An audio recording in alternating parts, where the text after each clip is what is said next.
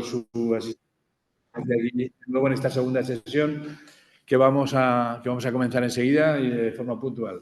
Son ustedes, o sois vosotros, muy disciplinados y están aquí todos a la hora puntuales como recomienda nuestro coordinador técnico. Hoy va a ser Alberto Alcaín el que ejerza las funciones que tenemos convaleciente a Miguel Martínez Tomé.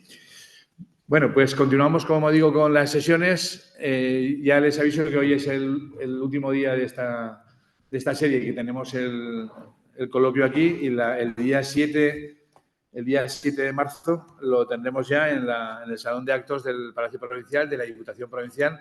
Es también jueves, pero con descanso la semana que viene para que el que quiera se pueda ir de puente, que seguro que tiene algunas buenas intenciones al respecto. La conferenciante será María José Cervera Fras, profesora de Estudios Árabes e Islámicos en la Universidad de Zaragoza, y la sesión, como ya habrán podido ver en la web, es Los musulmanes en la historia de Aragón, la marca superior de Al-Ándalus, el reino de Saracusta y el mudejarismo. Bueno, y vamos hoy con lo que nos ocupa, que es la Corona de Aragón.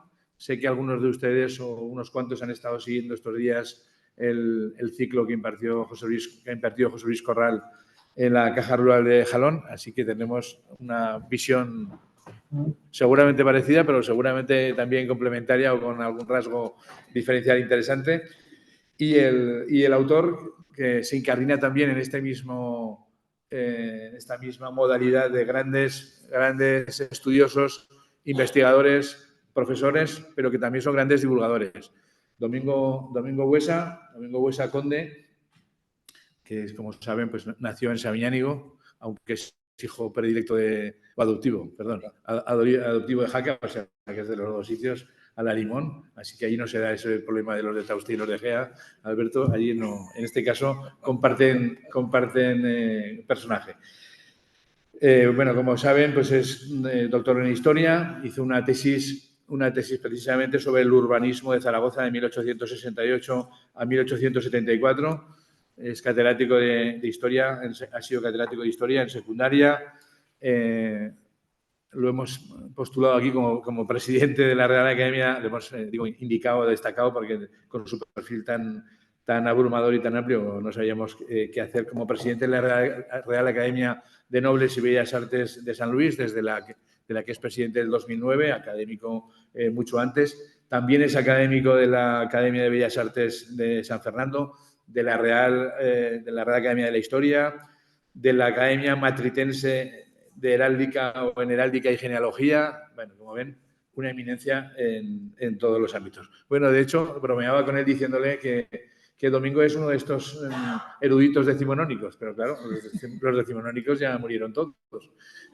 Afortunadamente tenemos todavía unos cuantos sabios de este perfil en activo, como es él, porque bueno, él hizo la tesis sobre una materia y, sin embargo, ha hecho publicaciones, libros e investigaciones de prácticamente en todas las disciplinas históricas, artísticas y de otras materias. Además de, bueno, él ha sido condecorado en numerosas ocasiones, pero quiero recordar su Premio Extraordinario Aragón del año 72 o el Arnal Cabero del 74, entre muchos otros galardones. También es patrono de la Real Sociedad Económica Aragonesa Amigos del País, de la que es responsable de su fondo patrimonial. También es patrono de la Fundación Ibercaja. También fue el director del Museo Diocesano ahora conocido como Museo Alma Mater, que le dio un impulso, un nuevo diseño y un impulso extraordinario. Ha sido también comisario de numerosísimas exposiciones. Quiero destacar una especie de trilogía de exposiciones que fueron las de Pasión por Aragón, Pasión por la Libertad y Pasión por Zaragoza, la última en 2018, que seguramente muchos tuvieron ocasión de poder ver, que coincidía con el 900 aniversario de la conquista o de la incorporación de Zaragoza al Reino de Aragón, que, por cierto, fue una delicia para todos los que tuvieron oportunidad, yo uno de ellos, seguir las visitas guiadas que él siempre se prestaba, o él o Armando estaban siempre atentos para poder hacer esas visitas guiadas que eran una verdadera gozada. Bueno, además de su trayectoria académica, bueno, sus publicaciones, tienen monografías sobre Sancho Ramírez, sobre historia, varias sobre historia de Jaca, el rey de Aragón, Teruel y la Edad Media, guías sobre la Jaca, sobre su catedral, sobre el Serrablo, etcétera, etcétera. Es una retaíla, tendrán que entrar ustedes a las páginas web y no a cualquiera, porque tendrán que ir a la de la Real Academia de Bellas Artes de San Luis para ver un perfil biográfico más o menos completo. Y además de todo esto, le quedó tiempo para hacer sus pinitos, bueno, más que pinitos, su buena incursión en la vida política, donde fue concejal, bueno, primero director general de Cultura y Patrimonio del Gobierno de Aragón, también fue concejal del Ayuntamiento de Zaragoza, presidente provincial del Partido Popular. Esa parte ya la dejó y lo recuperamos de nuevo para la historia y para la ciencia. Y además ha hecho recientemente, yo creo que más recientemente, no sé si me he dejado alguna novela histórica anterior, pero en poco tiempo ha publicado 2 novelas históricas, que es otro de esos rasgos que caracterizan mucho a los historiadores que quieren llegar, que quieren divulgar y que quieren que todo el mundo tenga acceso a los conocimientos. En concreto, la de Tomarán Jaca al amanecer y la última, ¿no? La de La tarde que ardió Zaragoza, publicadas ambas en la editorial 12 Robles. Bueno, podría seguir y continuar. No les abrumo más con todos estos datos, así que les damos las gracias a todos, la bienvenida a Domingo y cuando quieras, tu audiencia aquí y los inscritos online que ya están preparados un poco, ¿no? ¿Están listos? Perfecto. Pues adelante. Bueno, buenas tardes. No sé si se oye bien. Sí. Espera. Buenas tardes a todos. La verdad que es un placer estar aquí en la casa y además de estar en la casa, estar en un acto de la Fundación Gaspar Torrente, que es un personaje que a mí siempre me ha atraído mucho, porque les diré, y no voy a entrar más en materia, que es la persona que cambia la concepción y la visión de San Juan de la Peña a principios del siglo XX, con lo cual es muy importante, con Calvo, ese planteamiento que ellos hacen al inicio del siglo XX. Bien, me han planteado que les hable a ustedes de los orígenes de la Corona de Aragón y de la expansión de la Corona de Aragón en una hora. Esto casi roza el campo de lo milagroso, porque claro, es un tema lo suficientemente complicado como para no entrar en materia, sino ir paseando un poco por encima de rey a rey y contándoles algo que pueden ustedes ver en cualquier manual al uso. Pero cuando yo me planteé esta conferencia dije, no, voy a llevar la contraria a Vicente y no voy a hacer una historia de la corona o los orígenes, sino unas reflexiones sobre la corona de Aragón, porque a todos ustedes no se les escapa que estamos viviendo un momento muy complicado, un momento tremendamente complicado, donde tenemos unos vecinos absolutamente, como les diría yo, dignos de la cueva de Alibaba y que están permanentemente intentando robarnos nuestra historia. Pero que además hay un problema para mí mucho más de fondo, y es por la propia configuración de esta sociedad aragonesa. Hemos perdido el interés por nuestra identidad, no conocemos nuestra identidad y eso es tremendamente grave porque cuando vienen los avances de los ejércitos enemigos no tenemos ninguna escopeta ni ninguna lanza con que defendernos. Con lo cual yo creo que es un momento muy importante para reflexionar sobre aspectos de la historia importantes, aspectos fundamentales. Y en este caso, aspectos muy por encima de tal rey o tal otro rey, que bueno, pues son historias que pasan allí y que además ustedes las pueden conocer y si no, pues José Luis y yo haremos alguna novela y se la explicaremos con detalle. Bien, por lo tanto, yo hoy querría cambiar el punto de mira e irnos a otros sitios y querría reflexionar con ustedes sobre 3 aspectos que a mí me han interesado mucho. Lo que les dije hace 10 años ya lo publiqué, porque cuando se planteó que la creación de la Corona de Aragón se basaba en aquello del casamiento en casa, hubo un momento que a mí aquello me parecía un poco a folclore de Ricardo del Arco de los años 40 y que no tenía ningún sentido. Y por lo tanto había que ir de alguna manera a estudiar con más profundidad los documentos y ver qué había pasado en aquel momento en que se crea la Corona de Aragón, porque es definitivo, es el momento definitivo. Y aquella tesis que yo planteé en unos artículos hace pues exactamente 12 años, bueno, también tenido sus seguidores, últimamente se apuntaba ahí el Darío Español, buen amigo mío, y seguramente será por eso. Pero, y la verdad es que yo creo que hay que cambiar un poco el punto de mira. Ya tenemos que empezar a dejar de hablar de los orígenes de la Corona de Aragón como se ha hablado siempre y tenemos que hablar de otra manera que yo voy a intentar plantearles a ustedes. Luego piensen lo que les dé la gana y no tienen por qué estar de acuerdo con mi criterio. Esa es la grandeza de la universidad y de la investigación. Pero yo creo que nos debemos de ir mucho más atrás para entender lo que ha pasado aquí y nos debemos de ir al testamento de un señor, Alfonso I el Batallador, que un buen día parece que se volvió loco y que decidimos dejar el reino de Aragón a las 3 órdenes. Es otro de los grandes milagros de la historia aragonesa, porque claro, les comentaré que la Orden del Hospital se constituye 9 años después del testamento de Alfonso el Batallador, con lo cual me parece realmente milagroso y casi pontificio el que tengamos que dejarle el reino a una orden que todavía no existe y que todavía no se ha constituido. Con lo cual esto nos está indicando que aquí no estamos acertando el tema. Este señor, la primera pregunta que nos tenemos que plantear es ¿por qué hizo este testamento? Algunos hemos escrito y yo en algún momento también he analizado, no le han dejado ir a las cruzadas, se ha enfadado mucho y ha dicho, pues ahora os vais a enterar. Y lo dejo todo a una serie de gentes responsables del mundo de Oriente, del mundo de Jerusalén. Pero en 1975, Elena Lugui, que es una historiadora que a mí me parece muy sólida, dijo que ella creía o le daba la impresión que este señor había hecho el testamento para que nunca se pudiera cumplir. Con lo cual, bueno, habría otro capítulo importante en este momento en el que nos estamos planteando. Y usted dice, bueno, ¿y por qué no quiere que se cumpla el testamento? Es decir, está creando un problema enorme, y el problema es muy sencillo de entender, porque es que, claro, él ha estado casado con Urraca, y en la carta de arras de Urraca dice que en un momento determinado, es muy importante de leer eso, le dice concretamente, si no tengo un hijo tuyo y tú me sobrevives, que todas mis tierras sean para ti y que las poseas como herencia propia para hacer con ellas lo que desees después de mis días. Con lo cual, de alguna manera, claro, estamos aquí con el problema de Alfonso VII de León, el emperador, que puede echar mano de las arras de su madre, que evidentemente se ha muerto y habría perdido todos los derechos, pero iríamos a un proceso judicial muy notable. Con lo cual, Elena Lugui dice que no, que esto es un testamento que era como si vamos a dejárselo a las cabras del Pirineo o del Valle de Benas, que es prácticamente lo mismo, un disparate tremendo.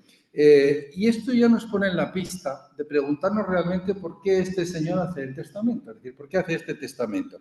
Es decir, él considera que su hermano Ramiro, porque él tiene un hermano que es infante de Aragón, Ramiro, el que luego será Ramiro II el Monje, considera que Ramiro no tiene categoría humana, no tiene categoría política, no se le ha vinculado a ningún territorio, al gobierno de ningún territorio, como había ocurrido con Ramiro I, Sancho Ramírez, Pedro I y el propio Alfonso el Batallador.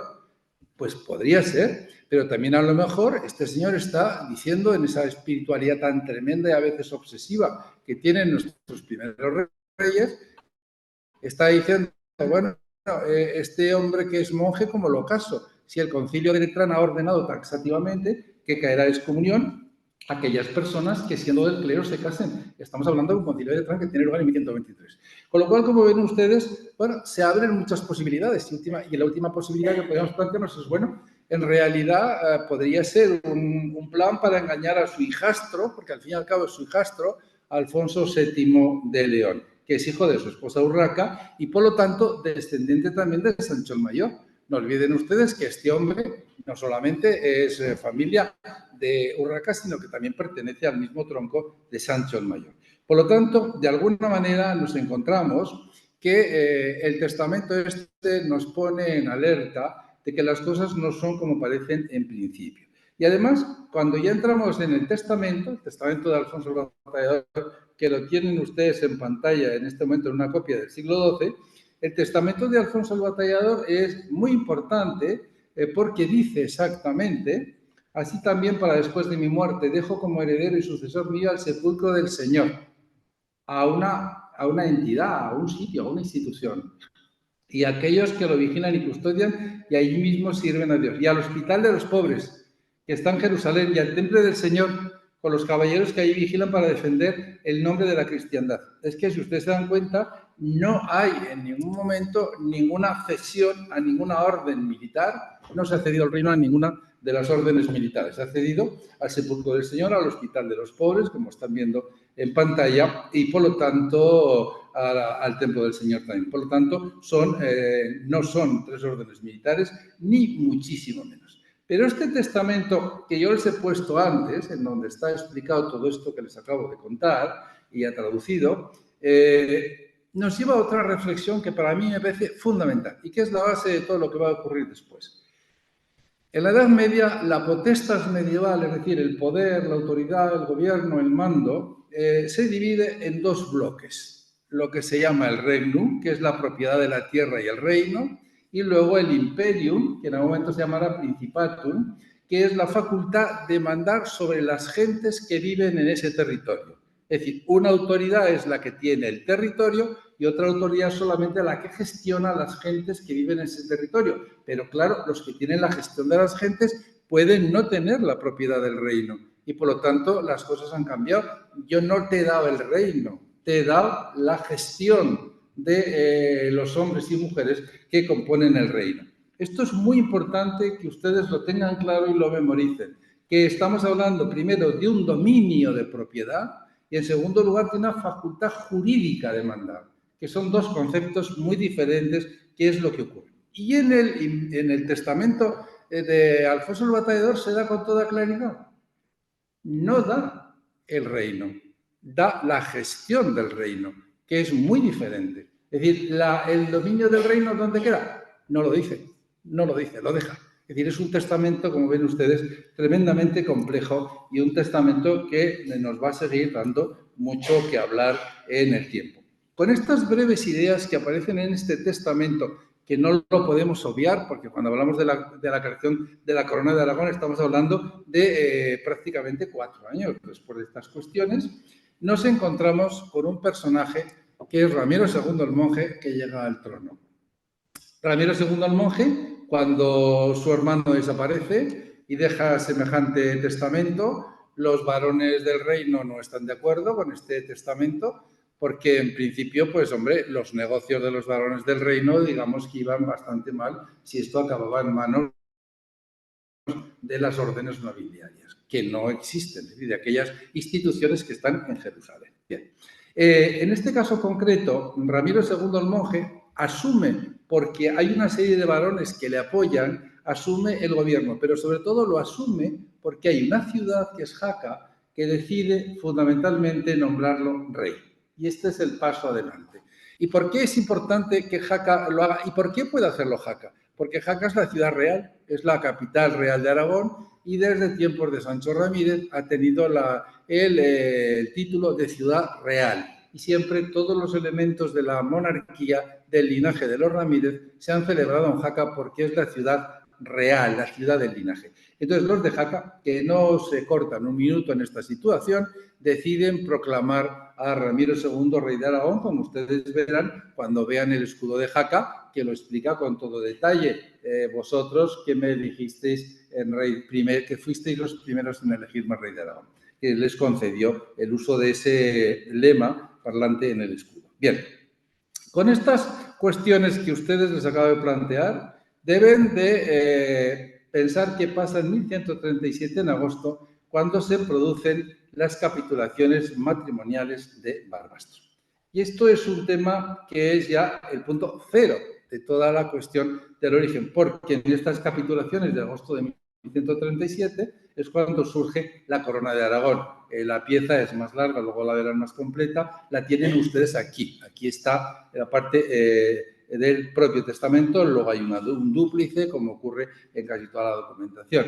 Y en este testamento a mí me parece muy interesante que nos planteemos lo que dice, porque a veces no nos damos cuenta de lo que dice y a veces no atendemos a lo que dice. Y el testamento es de una claridad rotunda, porque ustedes dicen, bueno, todos dicen que lo que ha hecho es, tengo una niña pequeña, una niña prácticamente recién nacida, y yo no quiero estar en esto porque quiero marcharme, luego verán que Ramiro II no tenía ninguna intención de marcharse, se lo voy a demostrar luego, y en segundo lugar, bueno, tengo una niña pequeña que la tengo que casar. ¿Con quién la caso? ¿Con Castilla? ¿Con los leoneses? No la puedo casar con los leoneses porque los leoneses entrarán a saco y nos arrumbarán y la dinastía aragonesa permanecerá humanamente, es decir, los hijos y los nietos serán familia, pero no habrá una preeminencia del reino de Aragón como hasta ahora. Entonces, ¿con quién me queda casarlo? Pues solamente tengo que casarlo con alguien que tenga mucho poder y que esté por debajo de mi nivel político y de mi nivel institucional. Pero además tengo que buscarme a alguien que tenga dinero. Y tengo que buscarme a alguien que tenga muchos ejércitos, porque esto se puede montar fuerte, se puede organizar una considerable, un litigio, como luego verán, y Zaragoza es la muestra. Fíjense ustedes, si se organizó, que nosotros, a raíz de todo este proceso, tenemos como escudo el León de León, del Reino de León. Fíjense ustedes si se montó. Bien, en consecuencia, él se da cuenta que hay un conde en Barcelona, que es Ramón Berenguer IV, que han ido haciéndose con los condados que tenía alrededor, y que esta familia, que no son lejanas a la Casa de Aragón, esta familia es muy rica, tiene mucho dinero por sus manejos ganaderos en el sur de Francia, y además de que tiene dinero, tiene un gran ejército, porque Ramón Berenguer IV había construido un gran ejército para ir asimilando y controlando todos los demás territorios de la antigua marca hispánica. Y entonces dice, bueno, pues le voy a dar a Ramón Berenguer IV, a mi hija, el matrimonio, y él será el responsable ¿de qué? De gestionar el reino, mientras mi hija no tenga capacidad de ejercer el cargo de reina de Aragón, porque la reina aquí siempre será Petronila, aunque haya no solamente de fuera, sino también algunos que no querría calificar, colegas nuestros de territorio, que hablan de que Petronila no fue nunca reina. Pero saben ustedes que la ignorancia es lo más atrevido que hay en el mundo. Bien, Ramiro II le da a Ramón Berenguer IV a su hija. Claro que se lo da, pero ahora vamos a ir al testamento. Y dice, perdón, a la concordia, y dice, te encomiendo a todos los hombres del mencionado reino bajo tu señorío y juramento. No le ha dado el reino, le ha dado la gestión del reino. Para que te sean leales durante tu vida, en tu cuerpo y en todas las partes que componen sin fraude, tu cuerpo sin fraude ni engaño, y para que te sean leales en todo el reino mencionado y en todas las cosas que pertenecen a este reino.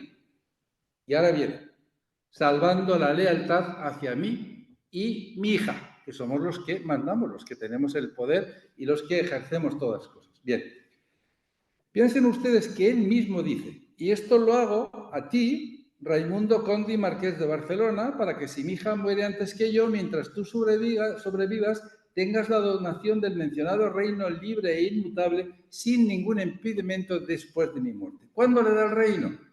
Si él muere, el rey Ramiro muere, y muere su hija, la reina Petronila, entonces princesa Petronila, no muere su padre, automáticamente el reino sí le pasará el entero. Entonces ya le dará el reino. Fíjese, tengas la donación del mencionado reino, tengas entonces en esa ocasión, no ahora, no te la doy. Y además le dice, mientras tanto, si deseo hacerte alguna mejora o tradición en cuanto a honores o fortificaciones del mencionado reino mientras esté vivo, permanezca firme y estable bajo la fidelidad de los mencionados hombres. Y ahora acaba con rotundidad absoluta. Y yo, el mencionado rey Ramiro, seré rey, señor y padre en el mencionado reino y en todos tus condados mientras me plazca. Esta es la realidad del testamento. Y esto es lo que dice el testamento. Luego podemos contar lo que ustedes quieran y nos pueden contar lo que quieran, pero el testamento que firman es este. Y dice esto, que no solamente no le da el reino de Aragón, sino que además se queda con el condado de Barcelona, que él lo ejercerá el poder, lo dice muy claro, en el mencionado reino y en todos tus condados mientras me plazca. Es decir, ya no por derecho, mientras me dé la gana. Es decir, ya es un gesto de altivez. Es decir, yo soy el rey, yo tengo la potestad real y por lo tanto está claro que yo voy a gobernar este reino. Bien, y entonces el problema es que nos planteamos, ¿qué ha pasado aquí? Pues no ha pasado nada. Ha casado a este señor con una niña pequeñita, luego veremos el impacto de esto.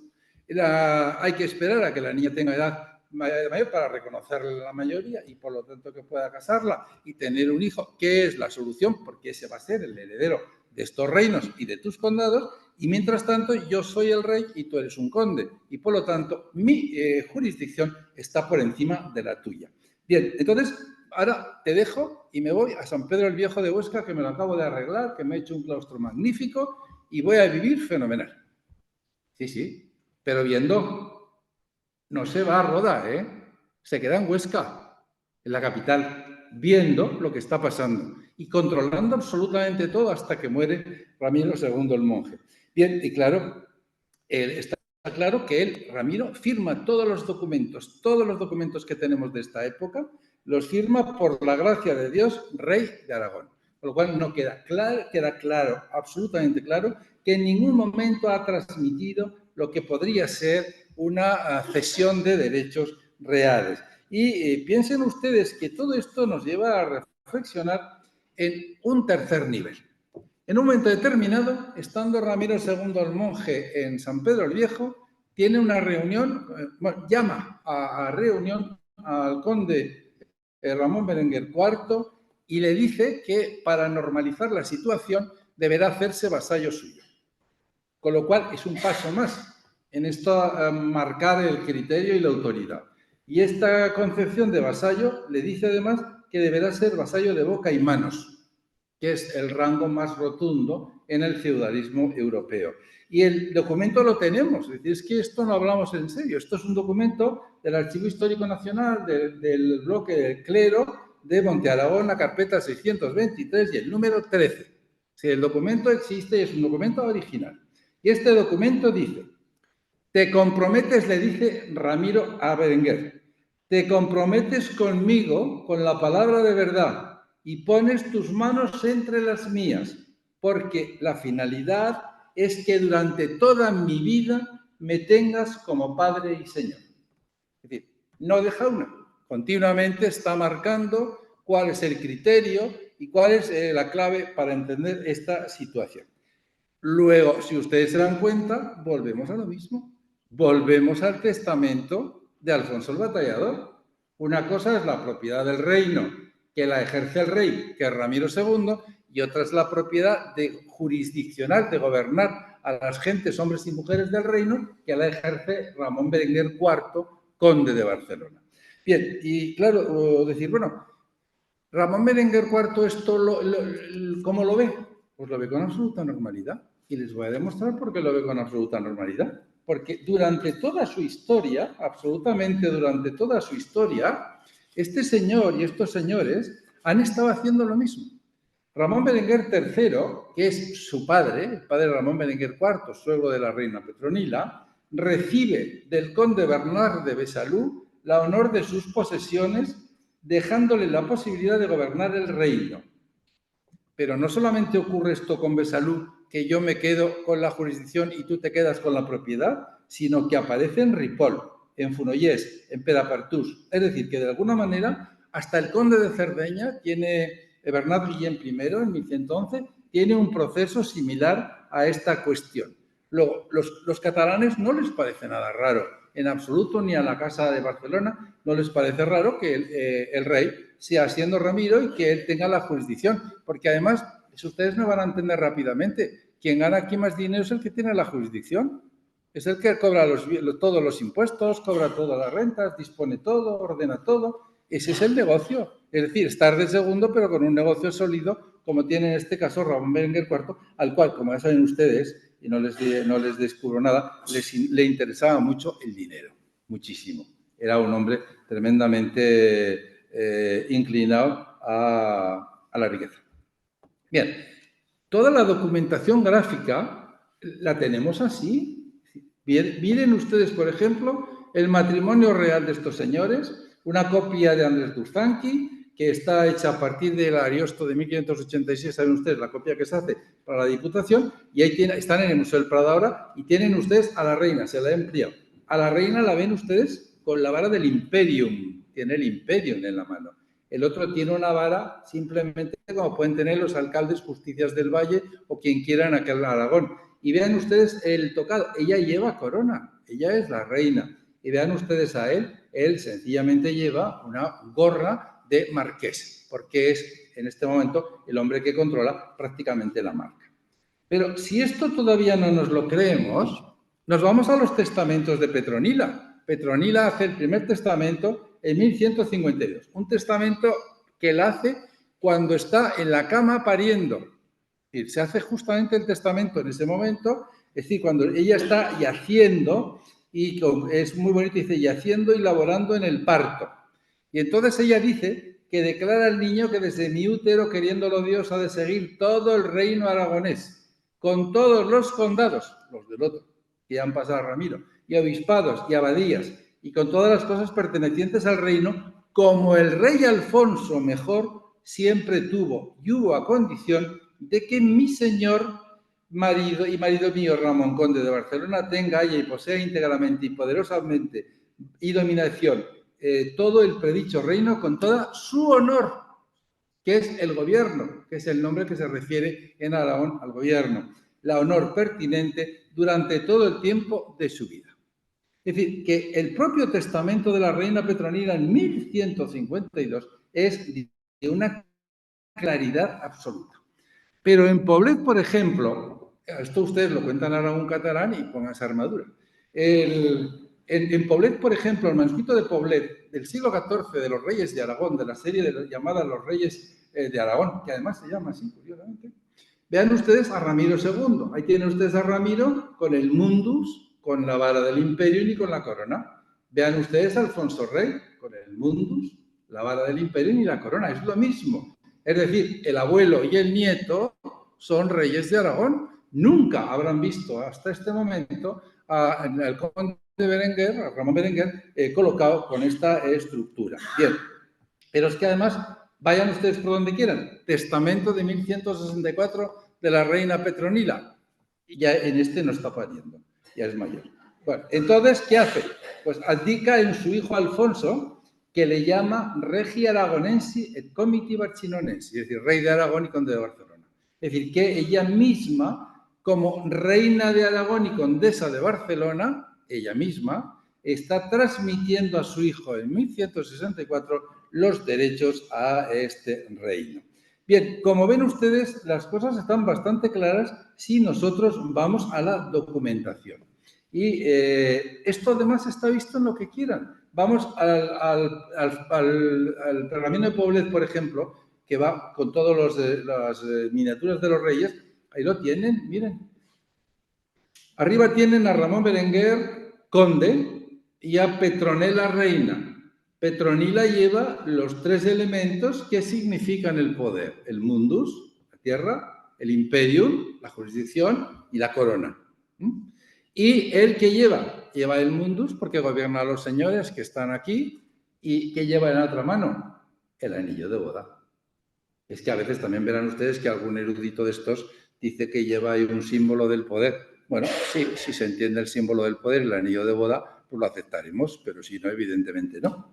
Lleva el anillo de boda. Está diciendo ahí el pobre señor que va sin toca alguna. Yo me he casado con esta señora y la otra va que no le falta nada. Hace un árbol de Navidad con todos los adornos propios de la corona. Como ven ustedes, y su hijo igual, Alfonso va a salir igual, que además ya saben ustedes que Alfonso, Ramón Berenguer lo bautizó como Raimundo y Petronila le cambió el nombre. Le dijo, no, de Raimundo nada, Alfonso II, porque tenemos que conectar con Alfonso el Batallador. Con lo cual, vayan por donde vayan, si vamos a la imagen de la época, si vamos a la imagen posterior, si vamos a la documentación, todo nos está hablando fundamentalmente de esta cuestión. Pero es lo mismo, es decir, la Casa Real de Aragón ha tenido desde el principio en esa, ¿cómo le diré?, en esa profundidad religiosa de su vivencia, han tenido siempre la cruz como símbolo. Ahí tienen ustedes a Ramiro I y luego sus hijos, Pedro I y Alfonso I, que mantienen la misma grafía. Ramiro II, que es al fin y al cabo es un clérigo, utiliza la cruz de toda la familia de los Ramírez, pero la adorna con una cuestión fundamentalmente eucarística. Es el momento en que el cambio de rito mozárabe que abandonamos por el rito romano impone la Eucaristía como elemento fundamental y coloca el alfa y omega, como ven ustedes, con adornos. Bueno, supongo que Ramiro II en el monasterio tendría tiempo y ordenó que le pusieran alfa y omega que le gustaba más. Y Petronila de Aragón tiene la misma cruz que tienen toda su familia, es decir, está siguiendo el mismo rasgo en el signum. Esto es el signum del rey, ¿no? O de la reina en este caso concreto. Urraca I de León, pues ahí lo tienen. Urraca I de León, que parece un paisaje con árboles y todo, pues bueno, es un tipo diferente de signo. No tiene nada que ver. Nosotros todos nuestros reyes, porque aquí están todos, se acabó ya, aquí acaba la Casa de Aragón. con Ramiro empieza y con Petronila acaba, porque ya cambiamos prácticamente de casa. En consecuencia, todos siguen ajustándose a la cruz tradicional, a la cruz que ha habido siempre y a la cruz que es fundamental de que ustedes entiendan qué significa el símbolo más importante de esta cuestión. Y ahora nos vamos a plantear una cuestión muy importante. Si todo esto que yo les he contado es así, ¿por qué la gente habla de corona catalana aragonesa? Ese sería otro problema que nos tendríamos que plantear. Muchas veces con nuestra aquiescencia, tranquilidad y paciencia, ¿no? Bien, miren ustedes, en Cataluña la historia a partir de los años 70 cambia profundamente y compañeros nuestros que han hecho obras muy importantes, muy sólidas en las que hemos trabajado, pues evidentemente pierden la pinza y dicen, por ejemplo, Manuel Gómez dice que como cualquier buen nacionalista sabe, Adán y Eva vivían en el paraíso que dejó de llamarse Cataluña por la maldad de los reyes católicos que influyeron en el Papa para que cambiase el nombre. Esta es la situación en la que estamos, con lo cual verán ustedes que es muy difícil poner aquí. Guillermo Fatás, el profesor Fatás, en el 2013 ya hizo un artículo de investigación genial que se titulaba La bandera americana es hija de la bandera catalana, que es lo que ellos defienden. Ya saben ustedes que tienen incluso un libro de un historiador que se llama Francesc Garrido, que dice que cuando hablamos de los marines americanos y de las naves de los catalanes por el Mediterráneo, dice, podríamos estar hablando de la misma familia de navegantes. Es decir, que los marinos americanos pueden ser la proyección de los antiguos marineros catalanes que desembarcaron en América. Bien, como ven ustedes, en esta tesitura es muy difícil mantener una conversación seria, científica y pausada. Pero claro, en un momento determinado, en Cataluña en 1830, emerge una burguesía muy poderosa apoyada por el clero, no lo olviden ustedes, detrás de todo este proceso está el clero, no olviden ustedes que estamos en 1830, que tenemos el carlismo allí y que el carlismo en Cataluña está apoyado por quien está apoyado, no os tengo que contar. Bien, entonces, de alguna manera, empiezan a plantear que Cataluña es mucho más antigua, que tiene muchos más símbolos, porque incluso el famoso escudo que llaman ellos, la señal de los reyes de Aragón, pues que es Sigifredo el Belloso, que me estoy muriendo, que me muero, que no me muero, y entonces cojo y con la sangre marco las barras. Es muy bonito, pero claro, ya saben ustedes que eso se lo inventa un valenciano en 1550, que se llama Pere Antonio Bouter, con lo cual lo tenemos clarísimo. Bueno, yo me parece emotivo y bonito dentro de esta visión romántica de la vida. Pero evidentemente no tiene ningún sentido, porque esta bandera ni es de Cataluña ni es nuestra. Es de los reyes, es el emblema de los reyes, como luego hablaremos en un momento si me da tiempo. Bien, ¿qué pasa entonces para que acabemos con todo esto? Hay una familia que son los Bofarull, que alguno de ellos ha sido, o fue en el siglo XIX, claro, estamos hablando de 1860 a 1880.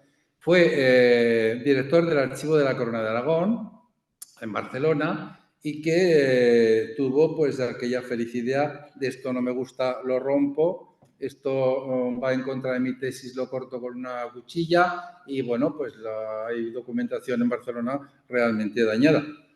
Absurdo de lo más absurdo, porque en Barcelona están los libros matrices, pero claro, en muchas ciudades del reino siguen estando los documentos que mandaban los reyes, que son los que se copiaban en esos libros matrices. Bien, entonces, en un momento determinado, estos Bofarull, que habían hecho libros perfectos, miren, en 1842 escribe un libro que se llama Pedro el Católico, Rey de Aragón.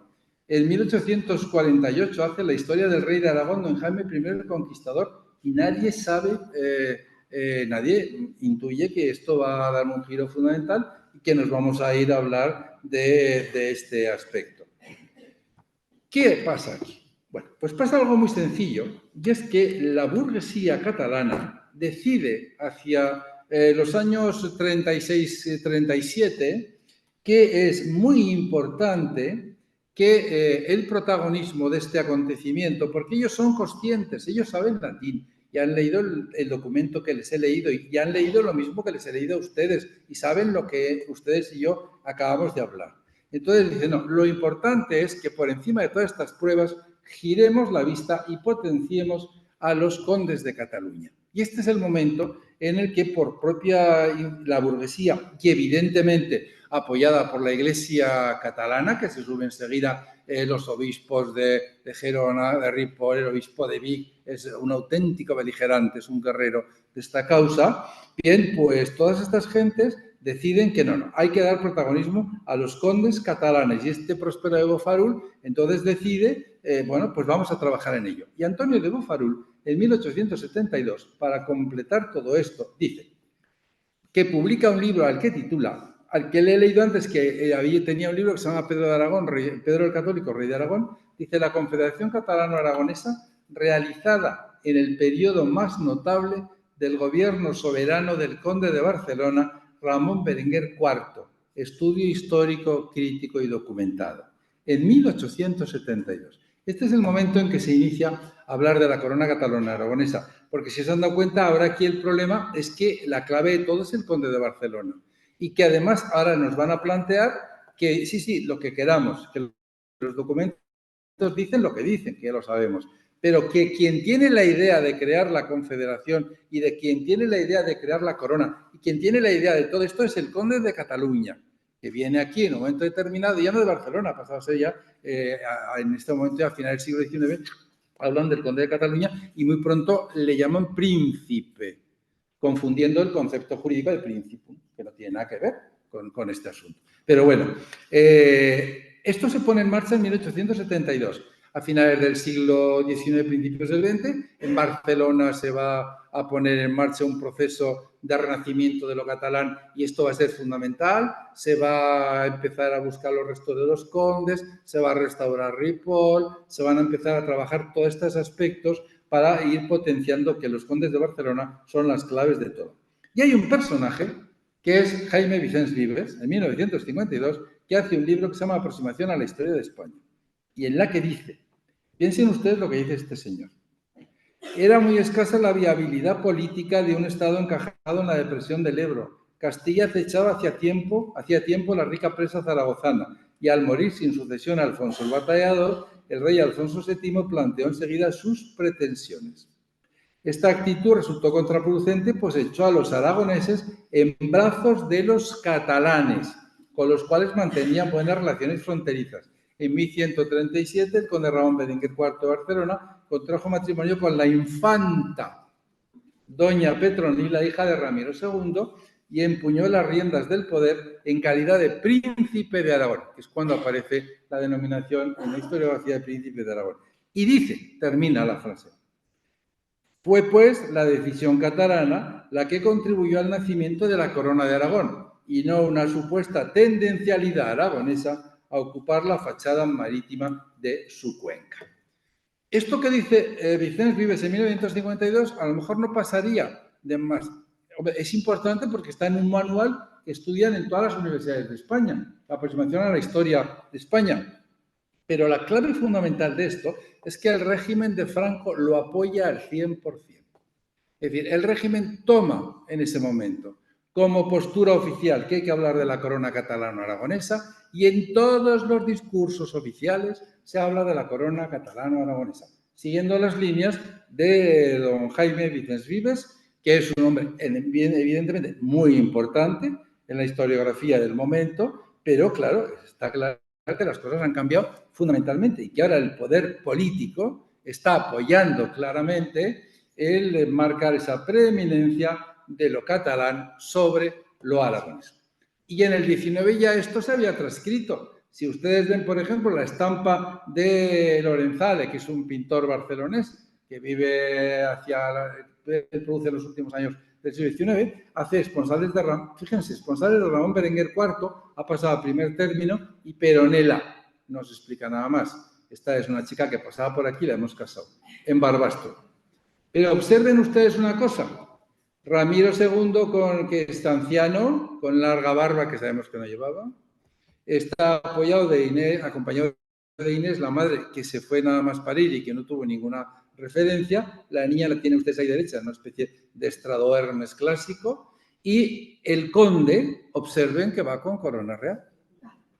Ya se le ha puesto la corona real, ya se le ha convertido fundamentalmente en el príncipe de este territorio, pero es una cuestión que han ido trabajando las élites catalanas y que el régimen de Franco consolida fundamentalmente a partir del texto, no lo olviden, de 1952 de Jaime Vicens Vives, La introducción a la historia de España.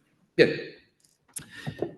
este es un poco el origen de todo. Es decir, esto es lo que ha pasado, y esto es lo que hay, y esto es lo que debemos de valorar a la hora de reflexionar sobre un aspecto tan importante para nosotros. Y ahora viene la segunda parte de esta película. Ahora viene la creación territorial de la Corona de Aragón. A ellos ya no les importa este aspecto, a nuestros queridos vecinos del Oriente, sino, ¿por qué? Porque, bueno, ellos con consolidar que el conde es quien decide todo, los condes de Barcelona le dicen a Ramiro, oye, como estás aquí tan pobrecico, tan solo y tan abandonado, y además eres cura y encima te has caído del caballo cuando ibas a la coronación en la Catedral de Huesca, que se cayó evidentemente, y que fue el origen de la campana de Huesca, porque todos los que se rieron luego se rieron a gusto colgados de la campana, pues bueno, evidentemente ya no nos interesa. Ahora ya todo lo que hacemos es nuestro. Todo lo que hacemos a partir de ahora ya es nuestro. Es decir, Alfonso II, que no se ha podido llamar Ramón, como querían, pero que ha tenido que haber, pero da igual, lo llamaremos Alfonso II, y será ya fundamentalmente un conde de Barcelona, que además tiene el territorio de Aragón.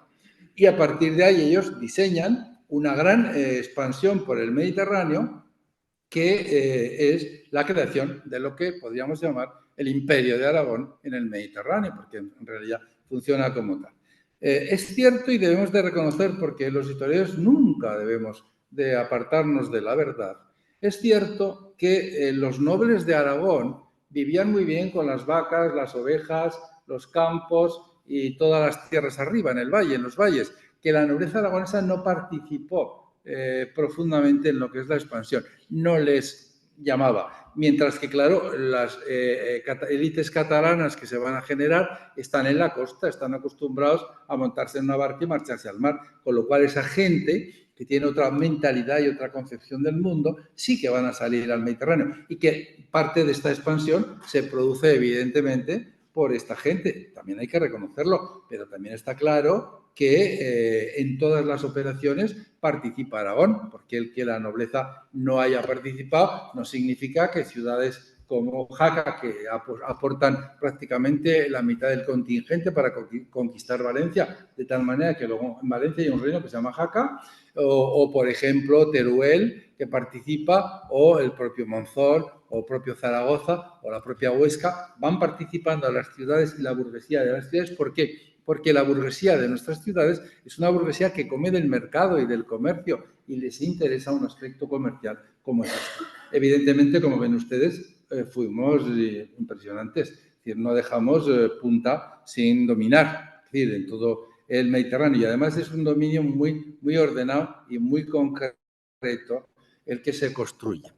Y cada vez que vamos a conquistar un territorio, incorporamos un territorio, que es a lo que quiero llegar ahora, lo incorporamos. Y entonces ya tenemos Aragón, ya tenemos Valencia, ya tenemos el Aragón, Reino de Aragón, Reino de Valencia, Valencia es el título real, Condado de Barcelona, nunca se le dio título real, y fíjense ustedes si hubo reyes que podían habérselo dado. Otras cosas más gordas hicieron. El Reino de Mallorca, que todo lo que vamos conquistándolo y le vamos dando título de reino. Incluso en algún momento determinado esto es muy complicado de entender y no voy a entrar mucho porque ya saben ustedes que Jaime I conquista Mallorca y luego se la regala a un hijo y lo nombra rey de Mallorca. Es decir, que ellos tampoco, nuestros monarcas tampoco tienen una concepción clara de cómo resolver este problema. Bien, pero lo que sí que tienen claro es que cómo se organiza todo esto. Porque la grandeza de toda esta película es que un solo señor, uno, gobierne todo este conjunto que ustedes ven, que al final llegamos hasta el Partenón de Atenas, como luego veremos. Bueno, pues es Alfonso II el Casto, el primero, el hijo de Petronila, el nieto de Ramiro II el monje, el que decide definir cómo vamos a construir esta estructura. A mí no me gusta hablar de confederación, porque no es una confederación, en absoluto. No tiene nada que ver con una confederación. ¿Por qué? Porque la soberanía no reside en el territorio, será una cosa posterior día de la Baja Edad Media, y si la soberanía no reside en el territorio, ¿cómo puedes hablar de confederación? No puedes hablar de confederación.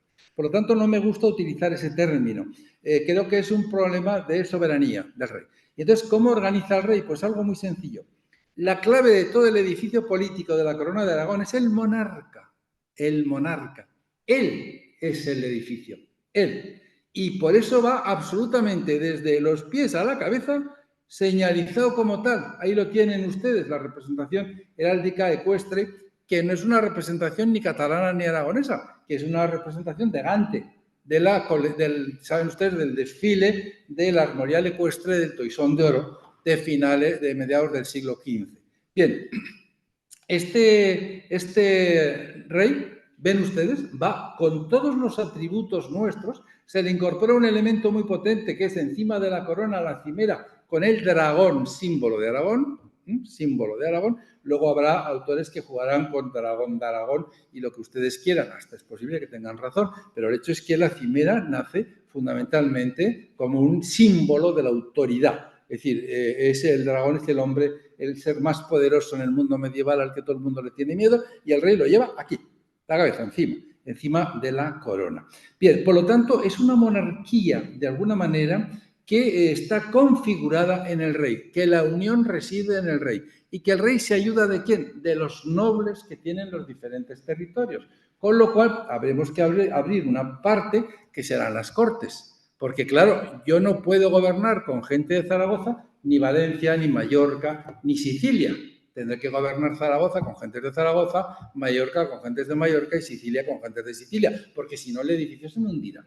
En consecuencia, yo soy el eje y yo me apoyo en unas estructuras que voy creando en cada territorio que se llaman cortes. Y esas cortes representarán a una serie de gente, les darán la representación para que vayan ¿a dónde? A unas cortes generales, que ¿dónde se celebran? En Aragón, porque el título reside en Aragón.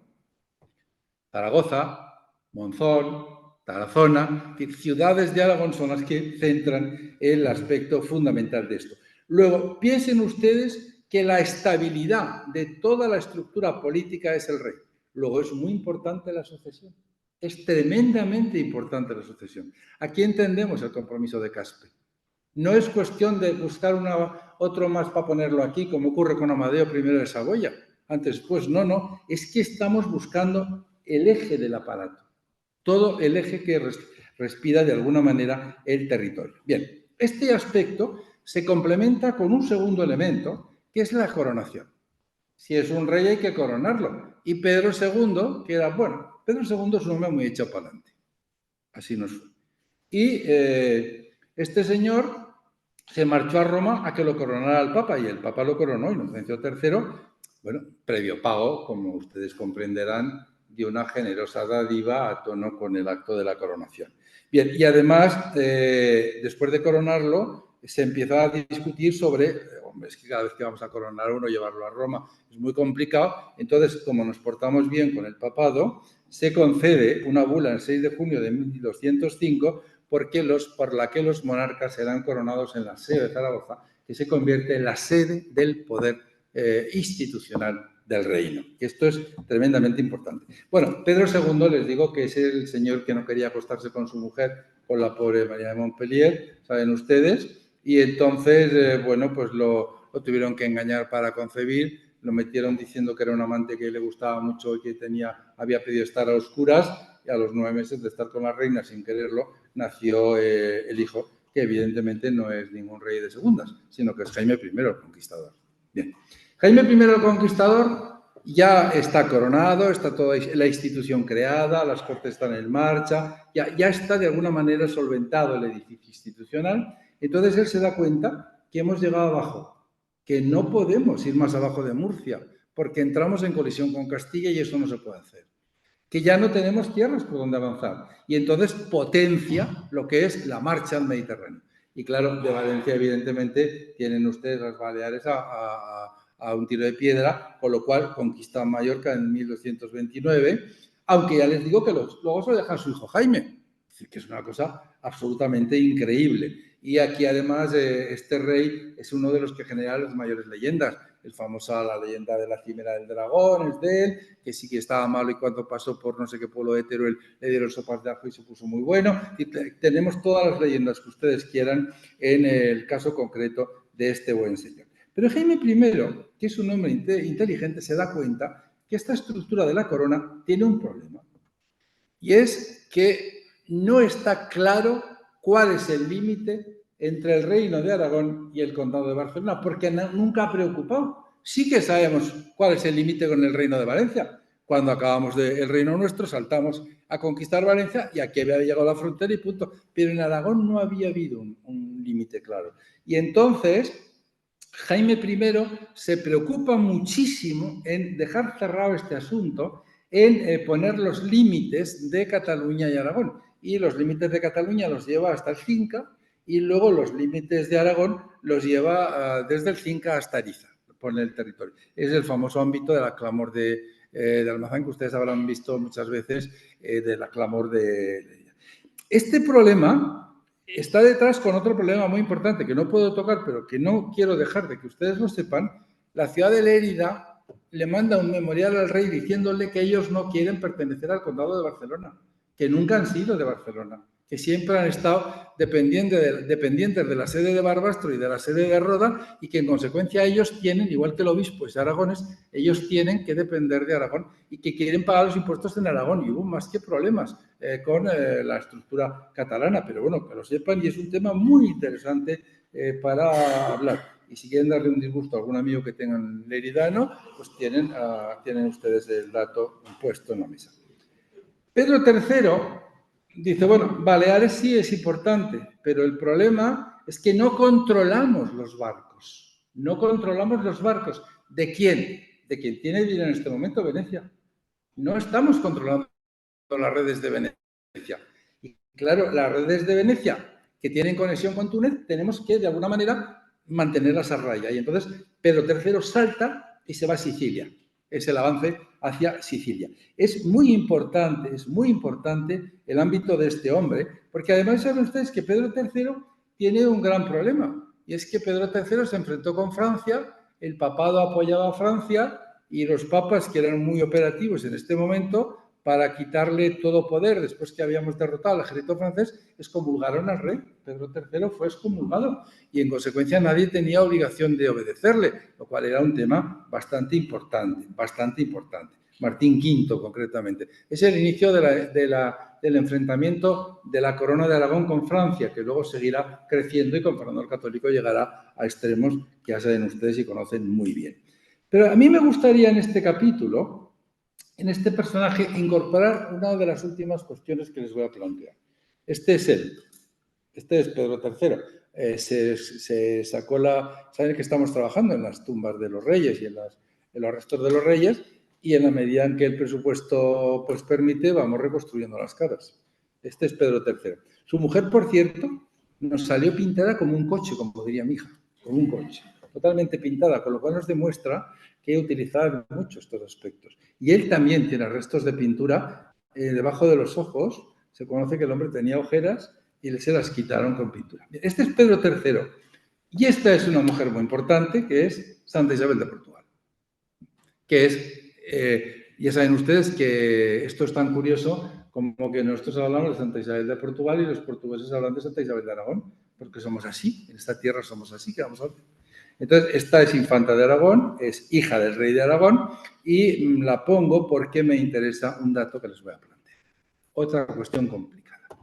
Esta mujer es Santa Isabel de Portugal es una mujer muy caritativa y es una mujer que se incorpora a la orden terciaria franciscana. Saben ustedes que, bueno, es canonizada, ya se lo he dicho de antemano. Y que además, bueno, piensen ustedes que hemos tenido otras reinas santas. Por ejemplo, Santa Isabel de Hungría, cuñada de Jaime I. Bien, pero a lo que yo voy.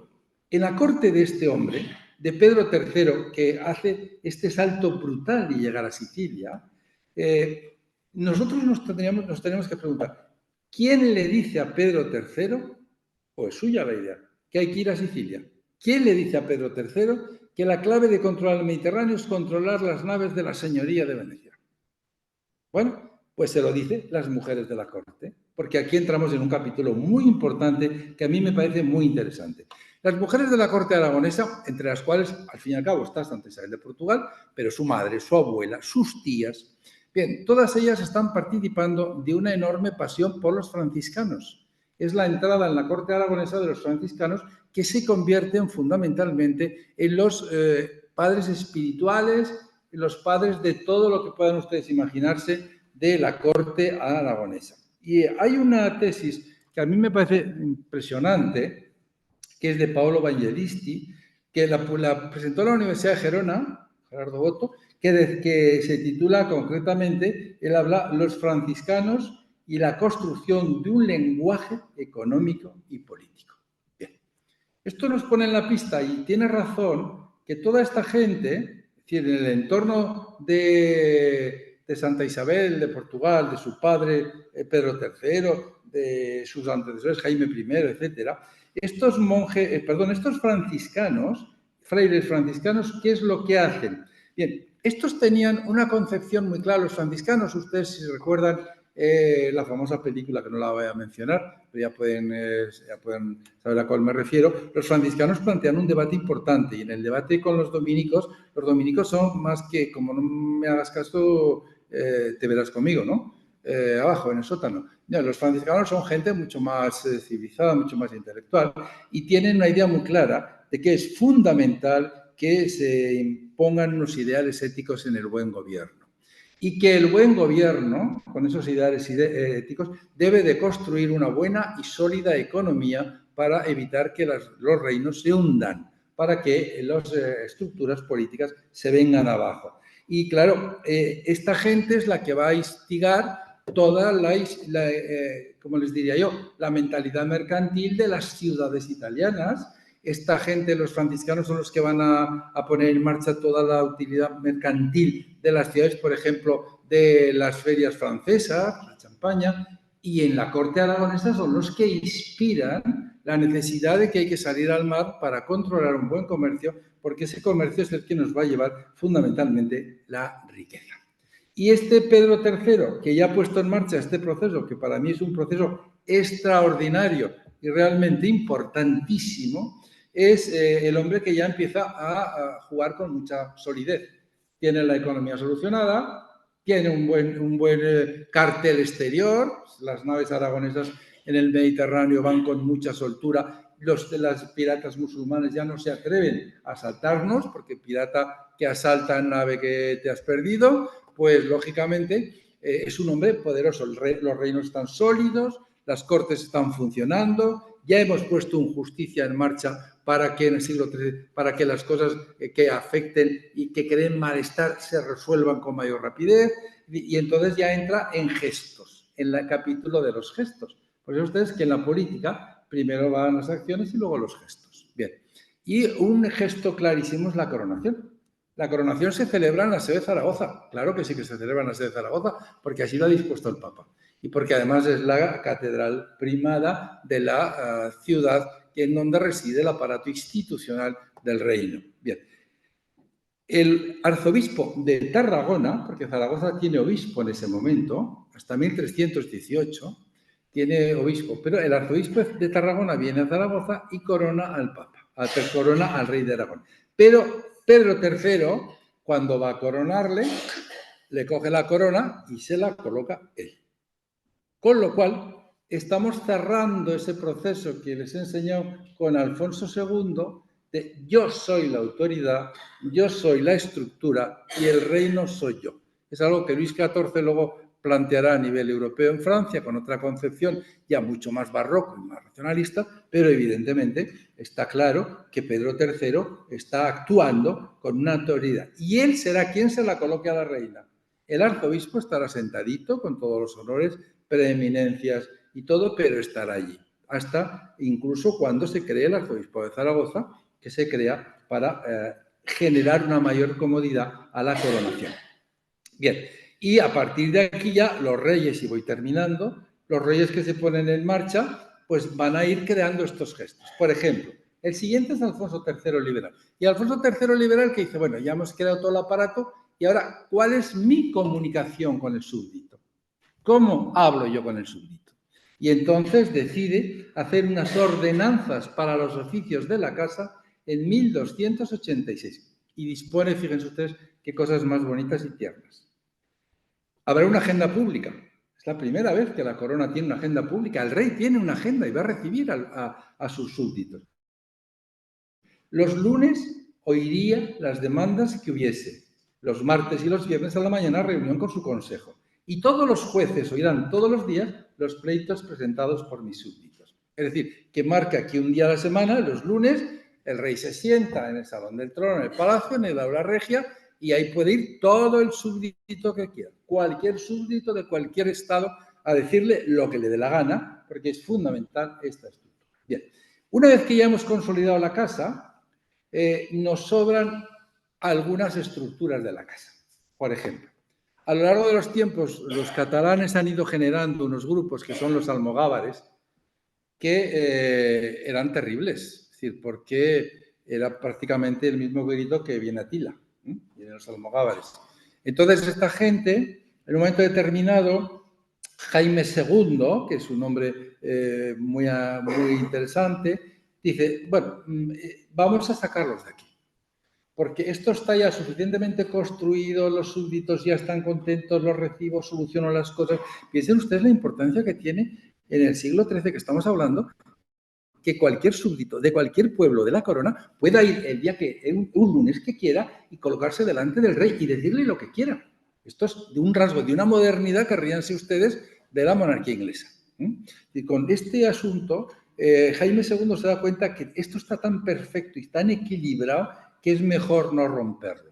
Y entonces a toda esta gente que son los almogávares los vamos a mandar lo más lejos posibles, y como ya hemos conquistado Sicilia, pues vamos a mandarlos más allá de Sicilia.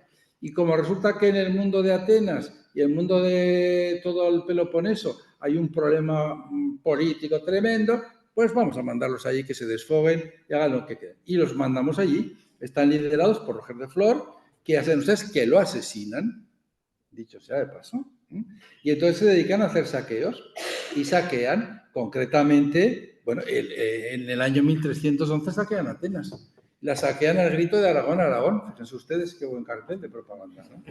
La saquean al grito de Aragón, Aragón. Y entonces, ¿qué ocurre? Los almogávares se han hecho con el ducado de Neopatria y se han hecho con el ducado de Atenas. Y entonces dicen, pero nosotros no somos duques, dice el jefe. Además, Roger de la Brie ya lo han mandado al encuentro con el señor, se lo han cargado.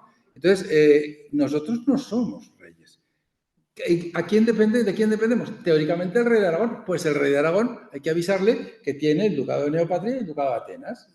Y entonces es muy interesante cómo Jaime II se hace cargo de lo que él va a llamar el señorío de Neopatria, con lo cual Aragón ya ha llegado al extremo más grande del Mediterráneo, más extenso, ha tocado tierra en la antigüedad y ha convertido a Atenas, la iglesia de Atenas, perdón, el templo de Atenas, que es el Partenón, se va a convertir en un templo dedicado a la Virgen del Pilar. Con lo cual, bueno, pues a Santa María la Mayor entonces, no está la devoción todavía del Pilar. Bien, evidentemente eso marca un poco el extremo de todo este capítulo que les estoy intentando explicar. Y solamente me quedaría una cosa muy pequeñita, y es explicarles, porque es que si no nos iremos mucho tiempo, explicarles una decisión de Pedro IV. Pedro IV se encontró con otro problema, y es que en la corona había algún problema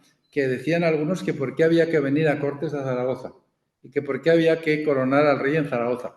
Y entonces Pedro IV emite el famoso documento en donde dice: como quiera que los reyes de Aragón están obligados a recibir la unción en la ciudad de Zaragoza, que es la cabeza del reino de Aragón, el cual reino es nuestra principal designación y título, seguimos con la misma idea de Ramiro II el Monje. Consideramos conveniente y razonable que del mismo modo en ella reciban los reyes de Aragón el honor de la coronación y las demás insignias reales, igual que vimos a los emperadores recibir la corona en la ciudad de Roma, cabeza de su imperio. Con lo cual ya estaba consolidado todo. La estructura estaba perfectamente consolidada. Ya teníamos el territorio consolidado, la gestión del territorio, el comercio en el territorio, las instituciones y la riqueza de que cada territorio seguía siendo independiente, teóricamente, dentro de una dependencia absoluta que era el rey de Aragón. Muchas gracias.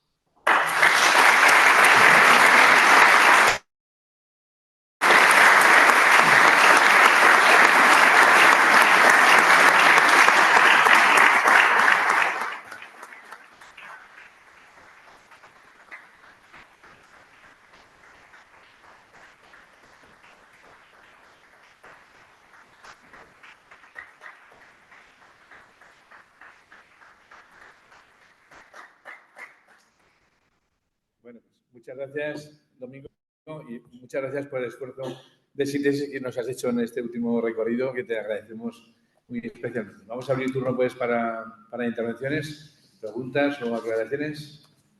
Y tú, Alberto, nos controlas los seguidores online. ¿Qué es lo que preguntes? Venga, Armando. Bueno, yo quiero también, por eso que el periodo tan amplio que abarcamos, pues es imposible no cortar, no cortar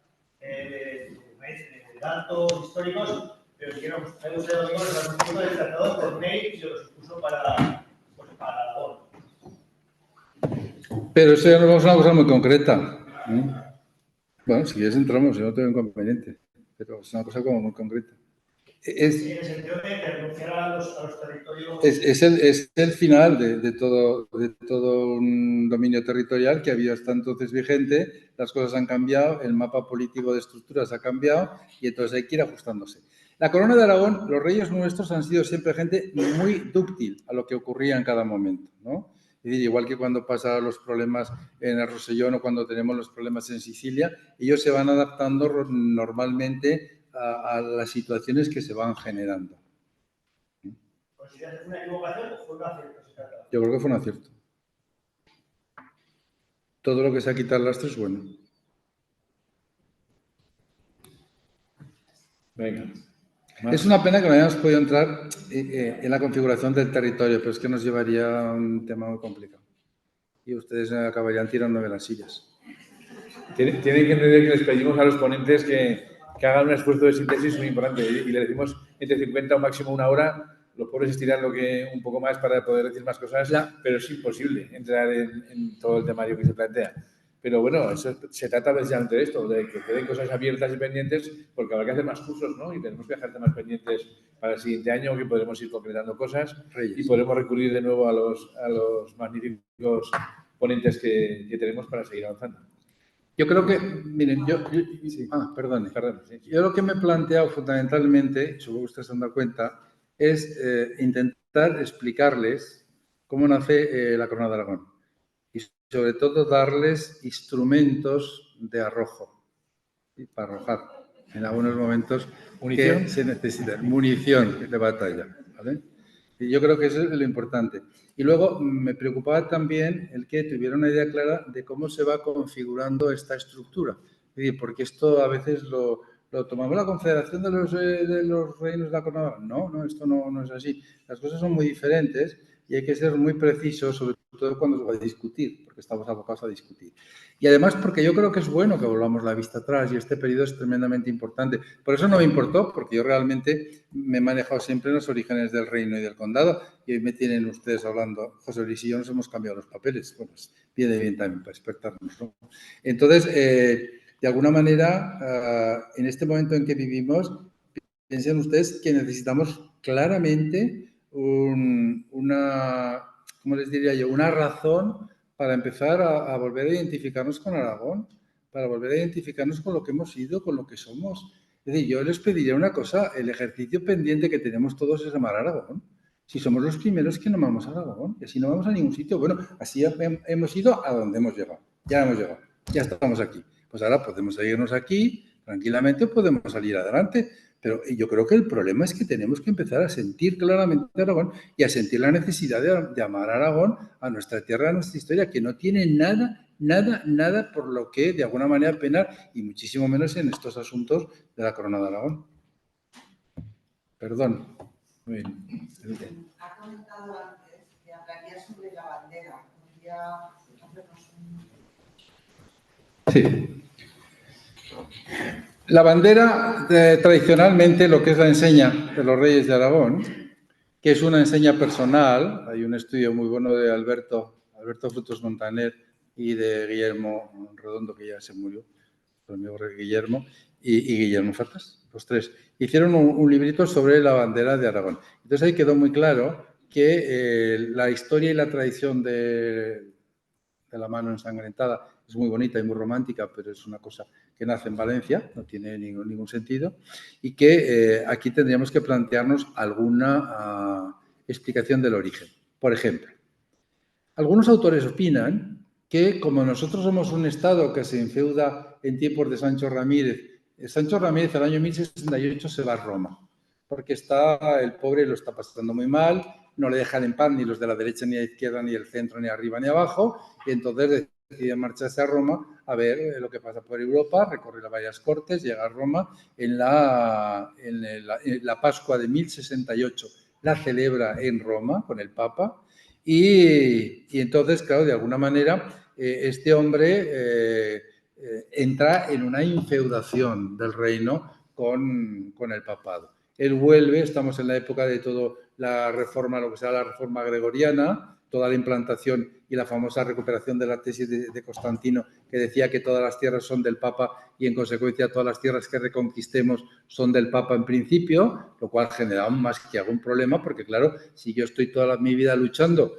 y se mueren mis soldados o me muero yo, pago yo el ejército, pago los caballos, pago la comida de todos para conquistar una tierra y luego resulta que la tierra que conquisto no me la dan a mí, sino que es del Papa, pues que venga el Papa a conquistar, que esto es un problema que se plantea a fin del siglo XI muy serio en Aragón, en ese enfrentamiento entre el rey y el obispo García. Bien, pero a lo que voy.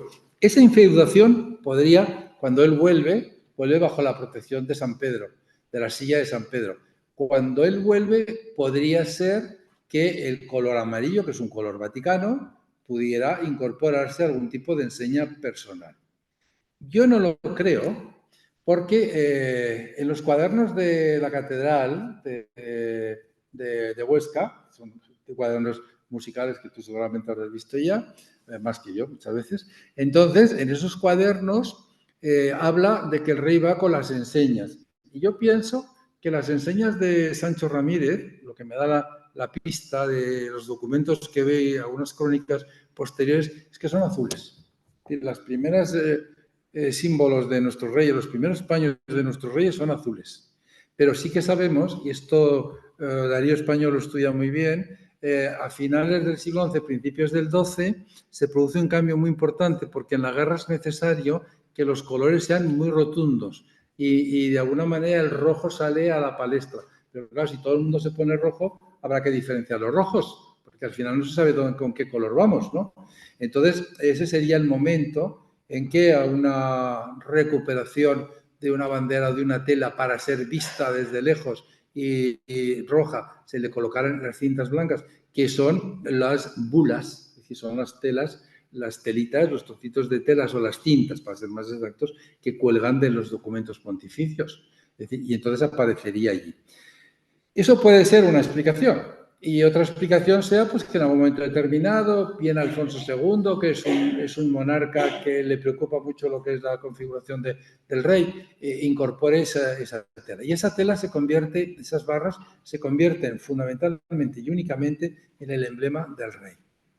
Y esto además lleva a un hecho fundamental que en algunos momentos asombraba, y es que el rey no se sienta sobre el trono. El rey se sienta sobre la enseña real. Es decir, esa es un dato importante, ¿no? Para marcar más claramente toda esta identificación, ¿no? En el mundo en el que está. E incluso algunas imágenes románicas de las vírgenes que tienen los reyes en las grandes capillas reales que hay por Aragón. En Agüero hay una hermosísima que se conserva en el Museo de Huesca, en donde, bueno, y aquí en las Catalinas de San Miguel, tienen ustedes una imagen románica preciosa que es de la capilla de la Aljafería de Jaime I, que la regala su segunda mujer, y la Virgen está sentada sobre la enseña de Aragón. Ese es un rasgo de cortesía o de reconocimiento. Por lo tanto, es un emblema evidentemente que sería el principio militar y que se va incorporando a lo largo del siglo XII y del siglo XIII.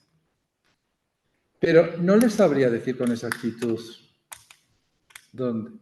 Sabemos cuando los cronistas lo van hablando, sabemos lo que dice Zurita de ello, pero bueno, le recomiendo el libro que le he comentado, que es un libro publicado, lo hace Guillermo Fatás, Guillermo Redondo y Alberto Frutos Montanes.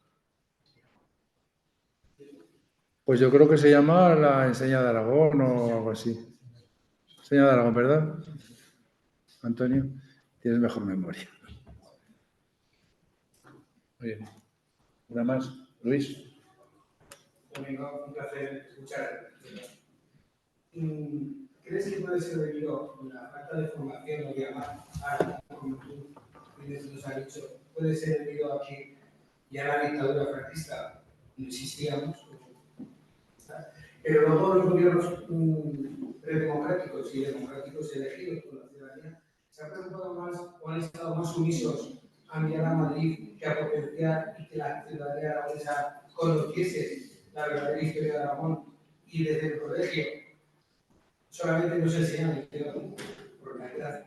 Nos enseñaban, por ejemplo, un tren sale de no sé dónde, y Aragón no figuraba para nada. Nos hablaban de Castilla y nos hablaban de esa confederación catalana, pero no nos hablaban de lo que significaba Aragón en realidad. O sea, esa falta de información que no recibíamos es la causa por la situación que estamos aquí. Cuando en otros territorios se han preocupado mucho de su historia, aunque en algún caso, como tú ya has comentado, ha sido adaptar a sus necesidades, pero a lo mejor se hubiera potenciado más desde los gobiernos esa formación cultural de la historia de Aragón, hubiera sido más beneficiosa, no la sumisión a lo que desde Madrid, desde el comercio, sobre todo los gobiernos democráticos regionales.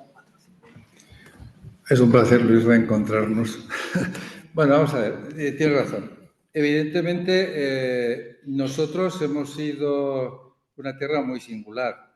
Es decir, ya en el siglo XVI ya hubo algún responsable máximo que dijo que para que íbamos a abrir una universidad que lo que hacía falta era gente que cultivara el campo, con lo cual marca un poco cuál es la tesis de nuestra comunidad. Yo pienso, y claro, está Antonio Piro, lo podría resolver mejor, ¿no? Pero yo pienso que hay, en mi modo de ver, que hay dos problemas muy importantes. Nosotros no hemos tenido una nobleza comprometida con Aragón. Hemos tenido una nobleza que ha generado riqueza, que ha explotado en Aragón, que tiene sus dominios en Aragón, pero que a la mínima se ha ido a vivir a la corte o ha salido fuera y no se ha preocupado por Aragón. Pero tampoco hemos tenido una burguesía potente que haya trabajado realmente por Aragón. Y estas cosas al final yo creo que se notan y se notan de manera clara. Frente a esta situación, claro, nos lleva a que estamos en una tierra en donde no ha habido aquellas personas que deberían de tirar del carro y orientar la visión del mundo, no han hecho su papel, tampoco les ha interesado, no han tenido un especial interés ninguno de los dos.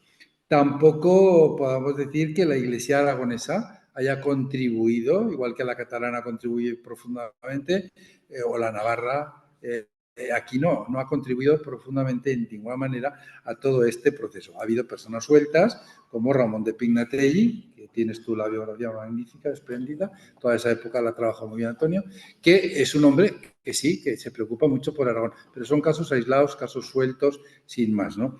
Entonces, eso nos ha venido mal. Y luego, no hay que olvidar que, como nosotros hemos sido siempre tan pacientes, tan callados, tan obedientes y tan despreocupados de lo nuestro, pues claro, los de alrededor han campado a sus anchas perfectamente. Y no solamente ahora, sino que todos los regímenes han apoyado prioritariamente. Felipe V apoya más a Cataluña, por ejemplo, que Aragón, y Carlos IV apoya más a Cataluña que Aragón. Y te estoy llevando ya al siglo XVIII, pero en esta época igual. Y luego te digo otra cosa. En lo que está claro es que la época de la dictadura, de la época de Franco, ha sido una época en la que de Aragón se han creado muchos tópicos con aquello los tópicos nos hemos visto muy contentos. A mí me pone negro. Es decir, cuando, pues no sé, quizás es porque yo he nacido en el Pirineo, ¿no? Y tenemos esta concepción de la vida, pero esto de la, ¿cómo les diré yo? La fiereza maña o la bondad maña. ¿Usted qué me cuenta? ¿Qué me está contando? Vamos a hablar en serio, vamos a dejar de idioteces, ¿no? Ya, Mariano de Cavia decía que no entendía por qué había que hablar de Maños y por qué había que hablar de Pilarica si a la Virgen de Montserrat no se le ponía el diminutivo, a la de Aragón tampoco. Y tenía toda la razón, es decir, tenía toda la razón Mariano de Cavia, y estamos hablando de finales del siglo XIX, principios del XX. Bien, con lo cual, de alguna manera, estamos viviendo en un territorio donde no hay una especial atención, no ha habido una especial atención, y encima el poder nacional nos ha potenciado otras cosas. Aragón, Agustina de Aragón, que era catalana. El rey Fernando de Aragón, que nace de casualidad. Vale, pues bien, son muy importantes, yo no lo dudo, pero claro, si vamos a basar toda nuestra historia en tópicos de ese calibre, es la forma más clara de ocultar la realidad y de someternos a unos clichés que impiden que aflore toda nuestra propia personalidad y nuestra identidad. Muy bien, gracias Domingo y gracias por recomendarnos Conocer Aragón, que si recordáis los aquí presentes es un lema de nuestro fundador y primer presidente de la Gaspar Torrente, Luis Fernández Clemente, que siempre recordaba lo de que sin conocer Aragón no se le podía amar ni defender. Alberto, ¿nos puedes resumir las preguntas que tenemos de los seguidores online? Voy a intentar agrupar un poco todas las inquietudes de las personas que están online. En primer lugar, hay varias preguntas en torno al tema de la lengua. Preguntan que si la lengua catalana es anterior a Cataluña como entidad político-territorial y administrativa, y en tal caso si Cataluña toma nombre de esta tierra que se hablaba en los territorios orientales de la Corona de Aragón. Y asimismo también, con respecto al tema de las lenguas, preguntan que si la pérdida o la pérdida de la lengua patrimonial de Aragón se debió al desplazamiento político y económico hacia Barcelona a lo largo del devenir de la Corona de Aragón.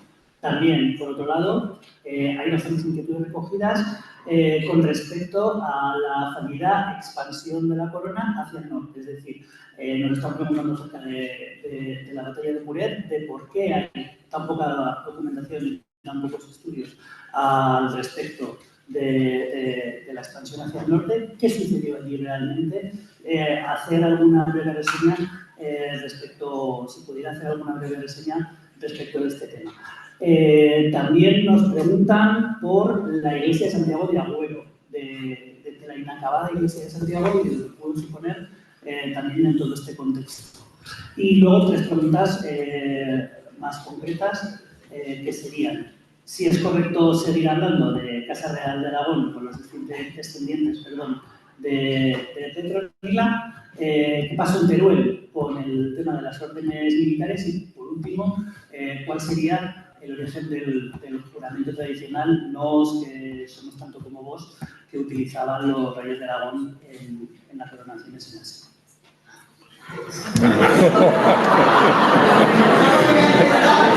Este también ha respondido bien. Vamos a ver. No. Si quieres, puedo... No. Vamos a ver. Es que el resumen es para que no nos echen por tiempo. Vamos a intentar ordenar las cuestiones. En el tema de la lengua. Bueno, yo creo que el problema de todo es que no tenemos interés por lo nuestro. Y esto es un proceso que algún día tendremos que pararnos, ponernos delante de un espejo y decir, no te importa un pimiento Aragón. Y en ese momento yo creo que empezaremos a tirar adelante, porque este es el problema de todo. Hemos dejado perder cantidad de cosas. Hemos dejado perder lenguas, hemos dejado perder toponimias, hemos dejado perder oficios, estamos dejando perder todo, absolutamente todo, de tal manera que al final no nos vamos a poder reconocer en ninguno de los rasgos, porque estamos sufriendo ante la pérdida de lo que es nuestra identidad una eclosión absolutamente colonizadora de culturas exteriores que evidentemente son perjudiciales para nosotros. Bien. El tema de la lengua, miren ustedes, en la zona del Pirineo tenemos suficientes restos de lengua, es decir, de fórmulas de comunicación, porque la lengua es una fórmula de comunicación, para tener claro que la lengua es muy importante en Aragón. Yo lo defendí en su momento ya y la sigo defendiendo. Yo, por ejemplo, soy muy contrario a las normalizaciones, pero me tienen que entender. Yo soy de aquellas tierras y, por lo tanto, tenemos otro punto de vista. Para mí es muy importante el cheso y es muy importante el ansotano, el belsetán, pero me causa más, ¿cómo les diría yo?, más frialdad una normalización, sobre todo porque en Cataluña se ha hecho desde Barcelona y se está normalizando el catalán. Bien, pero les voy a hacer solamente un dato, y no voy a entrar en el tema de las lenguas, que lo ha explicado muy bien Francho en muchas cosas. Pero miren, cuando yo hice la segunda historia de Jaca, me encontré un manuscrito que estaba ya, le había publicado ya Damaso Sangorrin a principios del siglo XX, que era Los Establissements de Jaca, del siglo XIII. Y que es un documento interesantísimo porque da toda la explicación de toda la gente que vive en Jaca y de cómo ejercen los oficios. Y entonces se me ocurrió una cosa que fue absolutamente casual, ponérselo delante a una valenciana, profesora de esta universidad, ya ha muerto lamentablemente. Y me dijo, ¿y dónde has sacado este texto? Digo, está en Jaca. ¿Y cómo está en Jaca? Esto es un texto que está, esto lo sacas, lo llevas a Valencia y te lo lee todo el mundo y te lo entiende todo el mundo. Entonces eso nos plantea una cuestión muy curiosa, es que en el siglo XIII en Jaca los documentos oficiales se están escribiendo en un idioma que los valencianos nos están entendiendo. Y entonces dimos varias vueltas a este asunto y vivía todavía don Antonio Vieto, y don Antonio dice, pero hombre, ¿nos volvéis locos? Si la mayor parte de la gente que conquista Valencia es jacetana, por lo tanto hay una influencia evidente. Esto indica la enorme riqueza lingüística de Aragón que la hemos ido perdiendo a lo largo de estos últimos años y que yo creo que hay que recuperarla. Hay que recuperar. Se han hecho ya ediciones que a mí me parecen muy bien, textos antiguos que están en aragonés. La crónica de San Juan de la Peña en aragonés, pues está bien que se edite en aragonés también, porque los catalanes ya les anunció que la han publicado en catalán. Bien, esos no han perdido pie. Por lo tanto, el tema de las lenguas es un tema a estudiar en el que yo no soy especialista, pero sí que les puedo compartir esta experiencia personal que yo creo que es muy significativa para entender este proceso. Bien. ¿Me hablaba usted? Y además tenemos 2 temas en el curso específicos sobre eso, con lo cual... Perfecto. Bien. En segundo lugar, me preguntaba usted por... la expansión del norte. Por la expansión del norte, claro.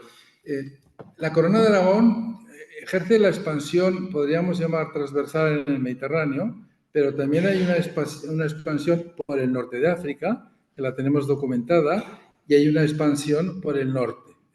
Y evidentemente esa expansión por el norte viene, como les diría yo, justificada por algo muy sencillo. Ramiro II se casa con una mujer aquitana. Pedro I, Sancho Ramírez, se casa con una mujer del norte, la Borgoña. Pedro I se casa con la hija del duque de Aquitania. Es decir, que vamos viendo todos los reyes se han ido casando con gentes. El Bearne, por ejemplo, está íntimamente unido a nuestra corona, de tal manera que una de las nietas de Sancho Ramírez se casa con el conde de Bearne. Es decir, que luego será gobernador de Zaragoza, dicho sea de paso. Bien, con lo cual hay una relación muy directa. Y hasta prácticamente el siglo XIX, cuando se plantea el famoso tratado que Napoleón dice, bueno, pues yo os doy Portugal y me quedo del Ebro para arriba, porque claro, todo esto es como muy francés, ¿no? Entonces, esto indica un poco que a lo largo de los siglos toda esa zona del norte ha sido muy francesa. Cuando nosotros entramos en colisión, muy vinculada a Aragón, cuando nosotros entramos en colisión con Francia, después de ser excomulgado nuestro monarca, y acabamos ya en las guerras virulentas de Fernando el Católico, pues claro, se va a tensionar mucho todas estas cuestiones. Y los franceses, además, a su vez, los van a tensionar extraordinariamente, por ejemplo, cuando, con el centralismo del conde duque de Olivares, Barcelona se subleve contra Felipe IV y decida que no quiere como rey a Felipe IV, pero que sí quiere como rey a Luis de Francia. Entonces los franceses llegan y luego cuando la guerra de sucesión volveremos a tener los franceses, es decir, que esa guerra, esa colisión la hemos tenido siempre.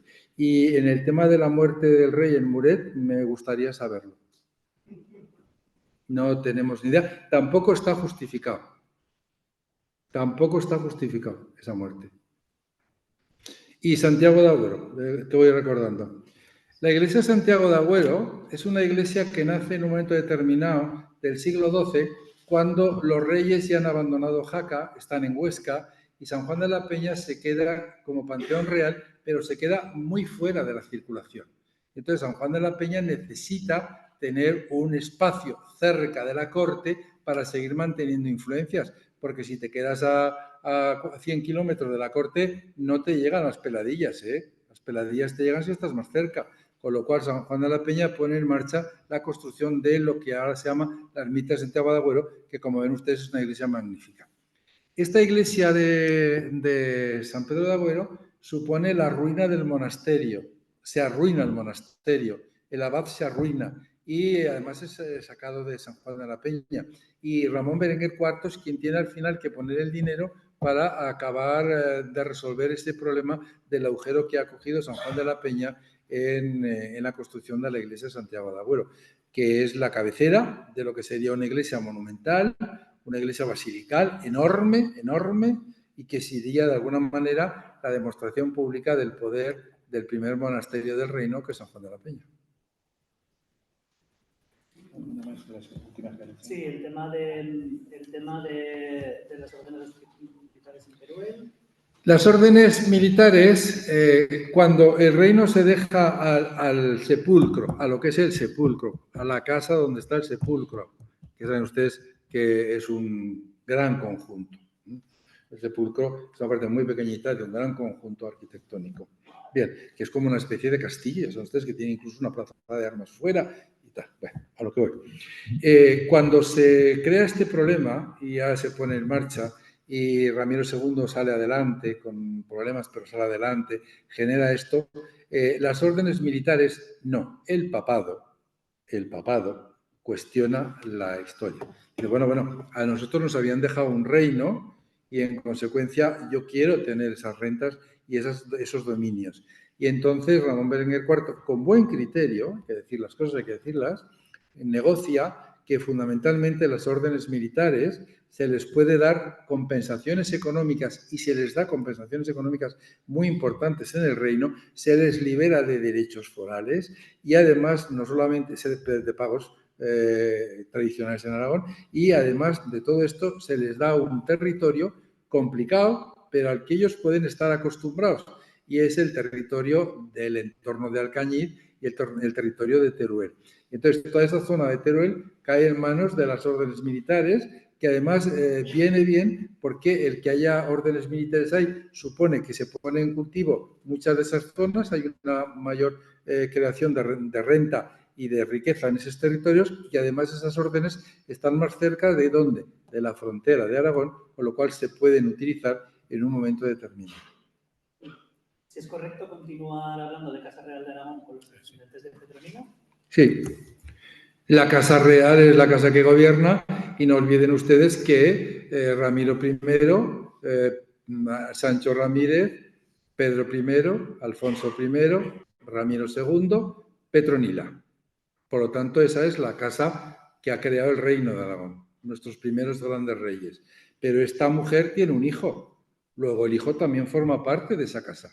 Luego ya entramos en Alfonso II y todos. Y cuando nos vamos a Martín el Humano que muere, claro, no olviden ustedes que el que viene a sucederle no es un señor que lo saluda ni lo han descubierto aquella tarde. No, que es hijo de infantes de Aragón y es familia directa de infantes de Aragón. Porque el problema con la muerte de Martín el Humano, pues saben ustedes que tenía un hijo bastardo y que Martín el Humano estaba empeñado en que lo legitimara. Y lo tenía que legitimar el Papa Benedicto XIII, el Papa Luna, que estaba entonces en la corte, estaba protegido por él. ¿Y qué ocurre? Que pues lo hacemos, no lo hacemos, ¿cómo lo vamos a hacer? Lo vamos a hacer. Empiezan a hacer el tonto, el otro, ya saben ustedes que además Martín el Humano se murió de un ataque de risa, porque le provocó, él tenía problemas muy serios, que eran Es decir, cuando uno debe tener la respiración y los pulmones, como tenía este pobre señor, pues cada un ataque de risa a lo mejor es el capítulo final. Bien, el caso es que la muerte de Martín el Humano, que les coge como muy desprevenida, a pesar de que estaba muy enfermo, ya saben ustedes que los muy enfermos duran muchos años, pues eso pensaban con Martín el Humano, pero no, se les murió. Entonces, ¿qué ocurre? Se les muere sin acabar de hacer la documentación por la cual el rey reconoce a su bastardo y al reconocerlo automáticamente hubiera sido el rey de Aragón, el siguiente rey de Aragón. ¿Hubiéramos tenido alguna algarada? Seguro. ¿Los lunas habrían suleado? Seguro. Pero bueno, habría... Y entonces el Papa Luna Benedicto XIII se encuentra con el siguiente pastel, con el papel en la mano, el otro muerto, y dice, y ahora con lo que a mí me está cayendo, ¿cómo voy a afirmar yo que este señor es el heredero de Martín el Humano? No se atreve. Y como no se atreve, pues se acaba y ahí es donde abrimos el interregno y abrimos el compromiso. Pero todos son la Casa Real de Aragón y Fernando el Católico pertenece a la Casa Real de Aragón. Y por último, ¿cuál es el origen del juramento que han de hacer los reyes de Aragón cuando juran los pueblos al ser coronados en la sede? La fórmula esta. Bueno, la fórmula esa de no somos más y tú menos y yo no sé qué, esto se lo inventa un calvinista en el siglo XVI y está perfectamente documentado y explicado. Y esto venía bien cuando se narra la famosa reunión con Íñigo Arista, que no existe en aquel momento, en San Juan de la Peña, que ya saben ustedes que los musulmanes habían asaltado una especie de poblado que había con una fortificación de madera en el Monte Pano, donde está el monasterio nuevo arriba, y entonces los musulmanes, estaba hablando del Emirato, estaríamos en los años 740, 30, 40 en ese ámbito, es muy temprano. Las gentes que huyen de ahí, de lo que se llama la fortificación del Monte Pano, que la tenemos incluso documentada en fuentes musulmanas, se vuelven, se esconden por el monte, vienen los musulmanes todos a correr al monte, se van los musulmanes y bajamos. Entonces bajan otra vez a la cueva, que era la cueva de San Juan de la Peña, donde está San Juan de la Peña, que había un viejo eremita, que sería pues alguna persona que se había retirado a vivir la vida religiosa a la caída del Imperio Romano, en la tardorromanidad, que abundan mucho esa vida eremítica. Y luego los visigodos consolidan ahí un pequeño espacio, sin más importancia. Y se reúnen ahí, dicen que 300. Imposible porque no caben. Esto es lo mismo que en Covadonga. Es un problema de cómo los metemos. Entonces, se dice en la crónica que se reúnen 300, pero varias crónicas, incluso el Padre Moret de Navarra, y que esos 300 eligen como rey a Íñigo Arista, al que le dicen que lo hacen rey, pero que son más que él y tal. Bien, estos son fórmulas totalmente legendarias, son fórmulas muy bonitas y entrañables, que las podemos utilizar si ustedes quieren, pero que vamos, todo el mundo sabemos ya y ahora ya está publicado de dónde surgen, cómo surgen y cómo se plantean. El juramento de los reyes de Aragón es un juramento sobre los fueros y derechos de los aragoneses, nada más. Ni yo más que tú, ni tú menos que yo. Tú tienes que jurar que cumplirás mis derechos. Y en el momento en que tú jures que cumples mis derechos, tú serás el rey. Esta es la base fundamental del juramento de los reyes. Muy bien, pues con este colofón final tan estupendo, te agradecemos.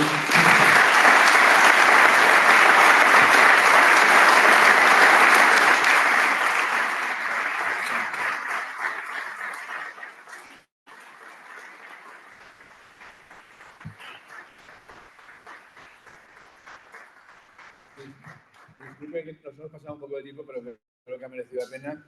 Te agradecemos en nombre de la Fundación y de los patronos y de las instituciones que participan en este curso, la Diputación Provincial, la Universidad de Zaragoza y la Fundación Caja Rural del Jalón. De verdad, muy sinceramente, tu participación. Muchas gracias. Como habíamos previsto, iba a resultar súper amena tu intervención. Y les emplazo a todos ustedes y a quienes nos siguen a través de online para el jueves 7 de marzo en el Salón de Actos de la Diputación Provincial.